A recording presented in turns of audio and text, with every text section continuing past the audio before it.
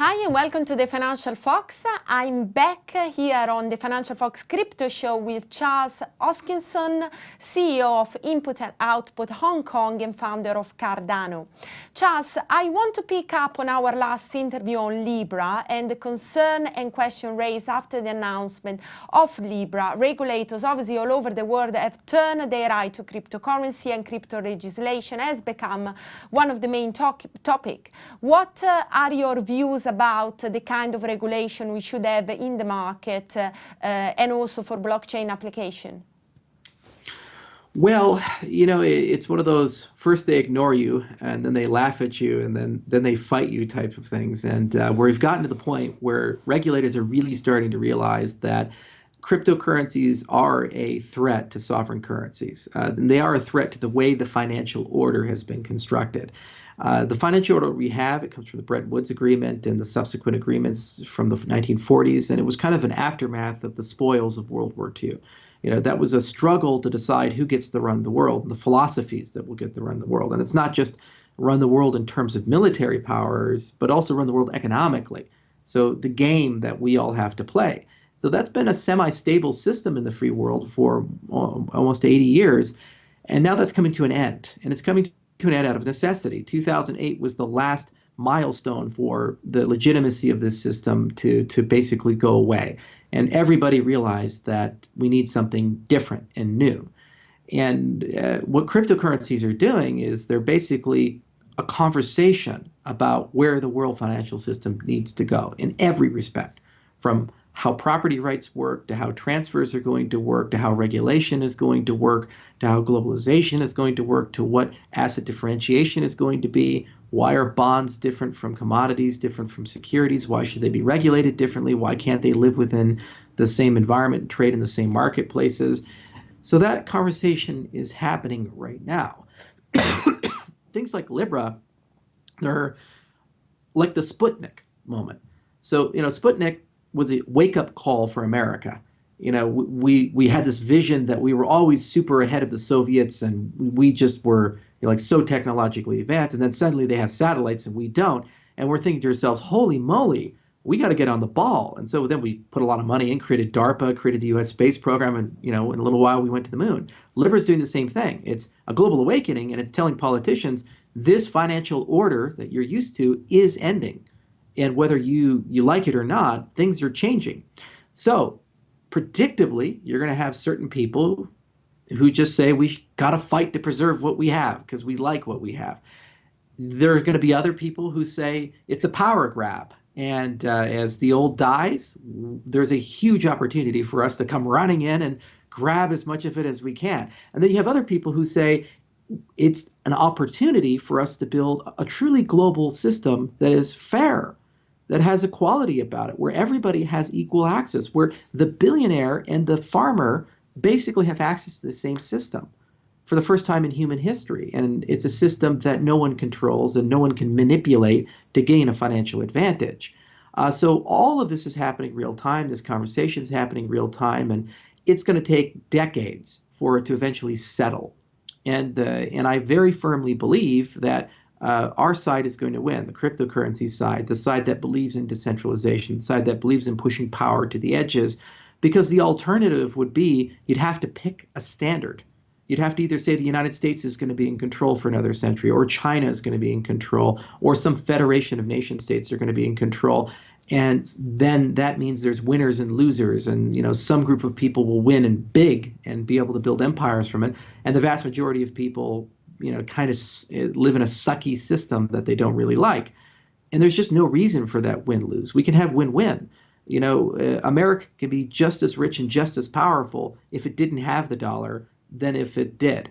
You'd have to have a different economy. You'd have to have different monetary policy. You'd have to have different fiscal policy. It'd have to live within its means and actually not have massive deficit spending. But it can still be a great nation and still achieve great things. And the people can be just as prosperous. And they get billions of new customers as a consequence. And the world can be far more peaceful. Or we can have regressive thinking and think it's us versus them and be in that reality. So it's fascinating to see we've gotten to this point. There's that old saying, may you live in interesting times. And we certainly do. And we're just going to have to wait it out. I know for my part, I build technology and I try to show people a better way of doing things. And we're taking it directly to the developing world. So we put our money where our mouth is, and we're trying to get millions of people to live within this new system we're proposing for the whole world. And if we're right, those people will have prosperity and live well. If we're wrong, it'll be a data point and it'll show us that perhaps this is not the right system and maybe we need to do something else. And from Mark Zuckerberg's point, what he did is he basically forced the issue on everybody. And then over time, more people will come in, and then it'll be a much bigger global conversation than it was today and 5 years ago. But Charles, for mass adoption of cryptocurrency, there are obviously challenges. Can you maybe list 2 or 3 challenges, the biggest challenge to mass adoption of cryptocurrencies? You know, I was in Mongolia out in the steppes, and I visited Karakorum, and I ran into a camel herder, backed camels, had a big pack of camels come by, and he stopped to drink some water. And we walked over to him and say hello. I love camels. They're pretty cool animals. And he asked me what I do for a living. And through a translator, I said, oh, it's complicated. I do stuff in finance. And he said, really, what do you do? And I said, I do cryptocurrencies. And he's like Bitcoin? This is a nomad camel herder out in Mongolia. And I said, yes, just like Bitcoin. Yeah, I create cryptocurrencies. He says, I own Bitcoin. And so I was blown away, right? So it's 2019. My first Bitcoin meetup group I signed up for was in 2011, and only 2 people signed up for it, myself and another person, and the other person didn't show up. So I had a lovely conversation with myself. So to go from that to that is really amazing. But your specific question is, well, what else is required for growth to occur? And it's much the same with any technology, like the internet or cell phones. You have plateaus. You have these hockey sticks and plateaus, and really it just comes down to incentives. The concept that I can have a platform where I instantaneously have access to all the information in the world and all the people in my social network, and I can talk to them whenever I want, that's a powerful incentive. And so because of that, people signed online and they found a way to get it to happen. And if you think about people who live in the developing world, they are trying to survive. They're trying to thrive. They're trying to take care of the people they love. They're trying to ensure that every day is a better day than the day before. And in the back of their mind, all of them understand that a big chunk of survival is financial autonomy and financial freedom and being able to navigate financial uncertainty. A lot of people in these jurisdictions live in marketplaces where the economies have collapsed or experienced hyperinflation. Or things have come up that have wiped out all the progress and gains that have occurred. So there is an urgency to have systems where they're in control of their own financial autonomy and stability. We have contractors in Ukraine. None of them want to be paid in euros or revnets. All of them want to be paid in Bitcoin, as an example, because they feel that that is a better bet and that gives them more control over their lives than the local currency. And it's much the same in a lot of these places. So adoption's about incentives. And if the incentives are right, no matter how inconvenient or difficult it is to do something, people are just going to do it. Look at the war on drugs. We make things illegal. We throw people in jail. 1% of the American population is in jail. Half is somehow related to drugs. Yet it is a multi-billion-dollar industry because there's incentives for people to consume. They might not be good incentives, but they exist. And similarly for cryptocurrencies, there are incentives for people to consume, and they're so strong that people will not care about regulation. They will not care about the law. They're just going to do it for their own goodwill. And moral governments and moral society will recognize this and reassess why they're taking policies in a certain way. And if they don't, they lose legitimacy, and over time, they lose the right to lead and they get replaced, just like all governments in the past. This is a very interesting answer. I would have expected something like scalability as one of the main challenges, but But that's organic. That comes. I mean, everybody has scalability, right? It's a scientific problem, and we've solved part of it, and Vitalik is solving part of it, and everybody else is, and that's inevitable. That's like saying, will internet get faster, or hard drives get more dense, or computer processors get faster? Of course they will. And so just because you can do something doesn't mean people are going to do it. In fact, you went to the You went to the step forward, about the incentive, which is true. Now, I wanted to talk a little bit about this decentralization, because Cardano recently announced Shelley Testnet, which is aiming to bring more decentralization to the network. And I would like you maybe to go a little bit more in details on what Shelley can bring to the network, can bring to the community as well, and can move forward Cardano.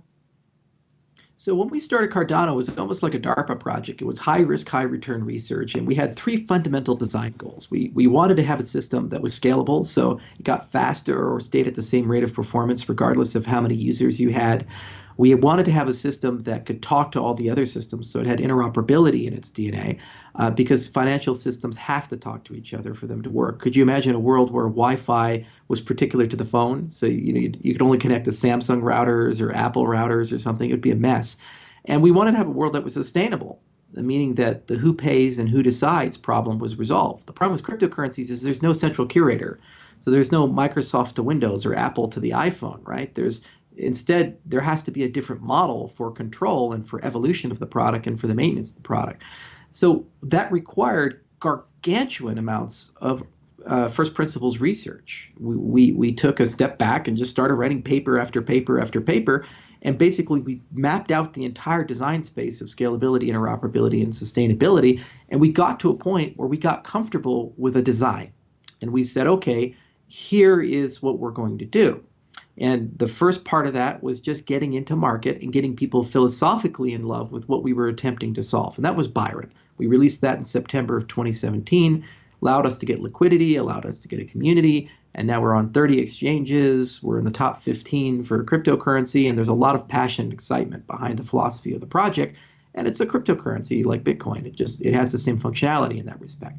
Shelley is the next major milestone in our evolution, where we go from kind of like a Ripple-esque cryptocurrency or an EOS-esque cryptocurrency, which is curated, and we go to a fully decentralized system. But as the fruits of our labors, of all the research we've done, we can go to a system that is much, much more decentralized than the incumbents in the market. We believe about 100 times more decentralized than Bitcoin, and about 50 times more decentralized than EOS in that respect over an arc of time. And it has incentives that we can continue to make it more decentralized over time. So that's that core tenet, without compromising performance, and inevitably allowing that decentralization to actually improve the speed of the system. So in many ways, that solves the scalability problem long term, and it also delivers on the promise that all cryptocurrencies are trying to achieve, which is sustainable decentralization, yet while still being able to add features to the system. But that's not the only component. There's also this idea of turning over control of the system to the community. Yeah. And that's that sustainability component of, despite the fact that there's no longer curators, there's still a way of making decisions, paying for things, and so forth. So their improvement proposal processes will emerge. The way we do forks, the way we upgrade the system will have to change and become more community oriented. And Shelley is basically the first step in that design space. But there are others. There's Goguen, that's the step after Shelley. And that's where we really think about the transaction, as I mentioned, those four things: the assets, the entities involved, the metadata, and the regulation.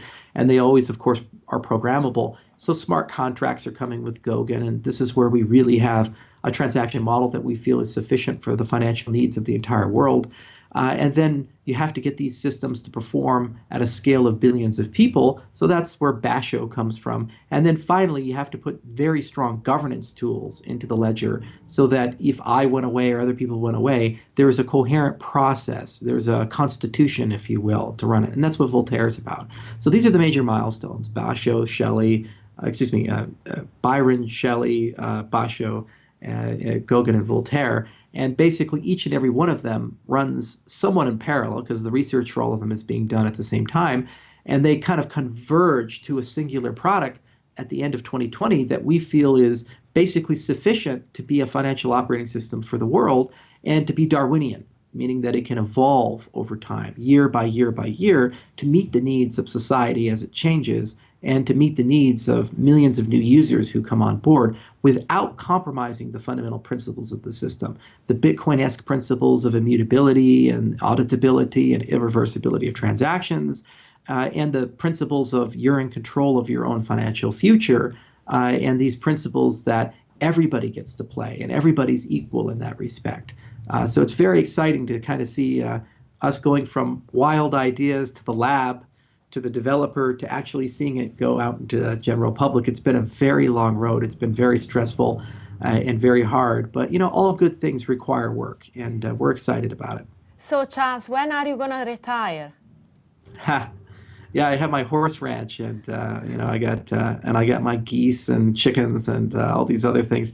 I don't think I ever can retire because this is just so interesting. It's so rare to be in a position where you have a say in the narratives that define what it means to be a person and live in a society. We really are moving towards a programmable society. We really are moving towards a global society.